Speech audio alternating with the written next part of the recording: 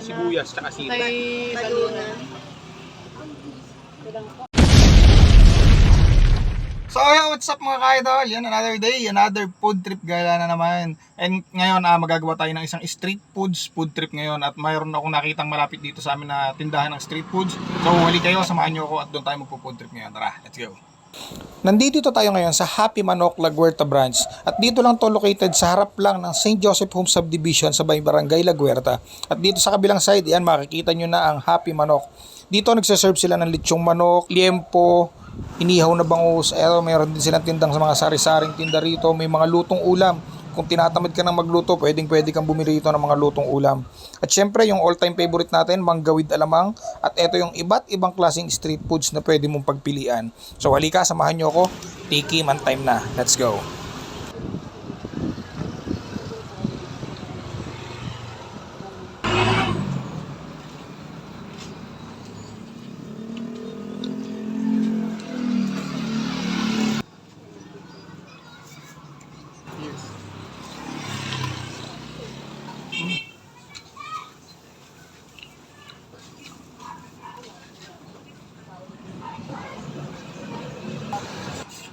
Ka ng baboy.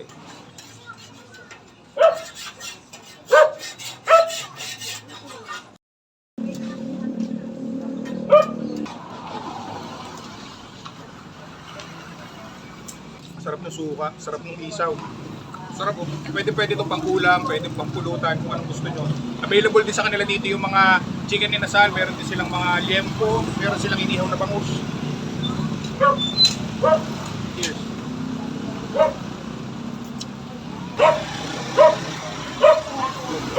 Ayan, pasintabi po sa mga hindi kumakain ng dugo. Cheers. Ano po? Sibuyas, tsaka sili. Kay Balunan. Ito lang po. Ito, atay ng baboy.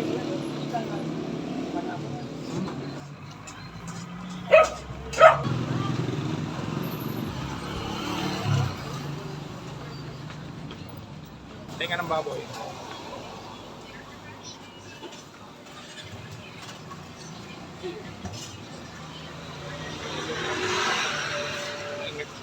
At syempre bago nga tayo matapos, niligay muna natin ang ating sticker dito sa tabi ng sticker ng Happy Manok.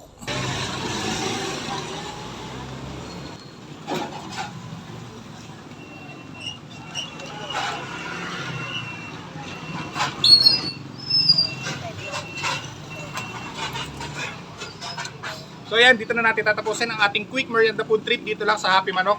You can also like their Facebook page. Ito, plus natin sa screen ang Facebook page ng Happy Manok La Huerta branch. And follow nyo na rin ang Facebook page natin, Food Trippers TV. So yun lang mga idol, at kita tayo sa susunod na food trip gala na pupunta natin. See you in our next vlog.